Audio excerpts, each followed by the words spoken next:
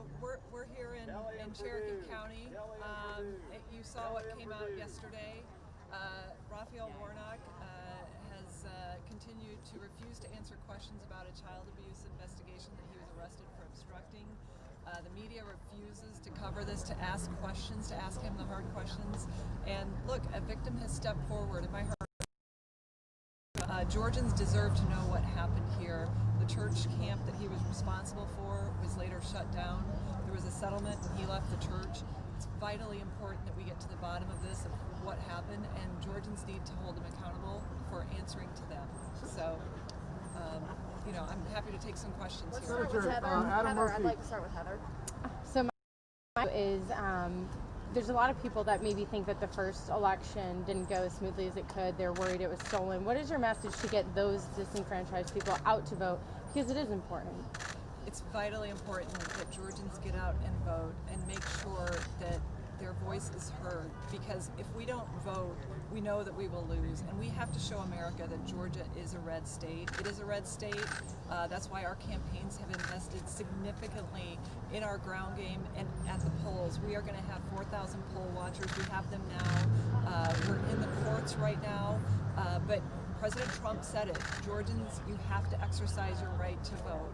Democrats would like nothing more than Georgia Republicans to be frustrated and not turn out and vote.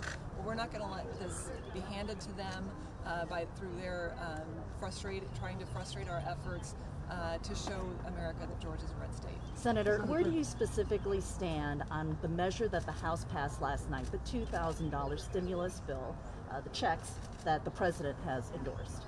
Well, I've said I support it. Look, we have to provide relief to Americans because Democrats have locked our country down.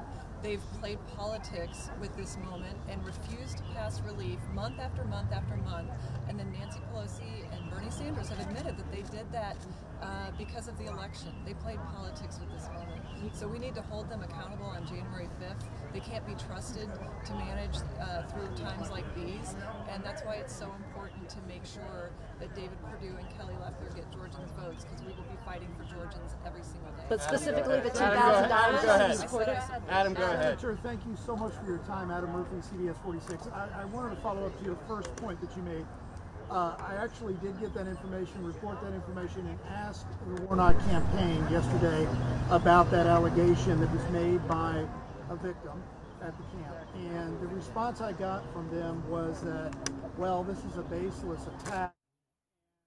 That Raphael Warnock cooperated with the investigation, and they thanked him. In response to that, that is their answer to this. Well, that's not true. There's a police report saying that they had never seen obstruction of an arrest like this. The police were obstructed repeatedly. There's a police report documenting all of that. And the fact is, there's a victim that has come forward and detailed significant abuse that happened at this camp. They need to answer for it, and Georgians need to know what went on there. Say one more.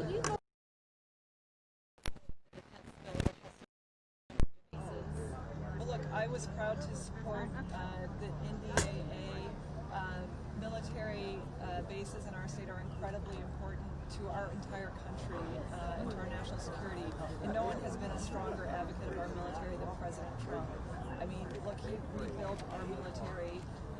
We have over 700,000 active duty and veterans in our state, so we'll continue to fight for them.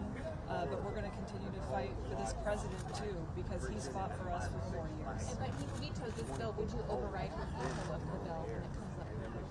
Look, right now, my focus is on winning this race on January 5th because the future of the country is at stake here, and I'm going to continue to fight for our men and women in law enforcement, in the military, and to continue to fight for hardworking Georgians to make sure that they have the relief they have and that we reopen this economy. Great. Thanks, everybody. Thank you.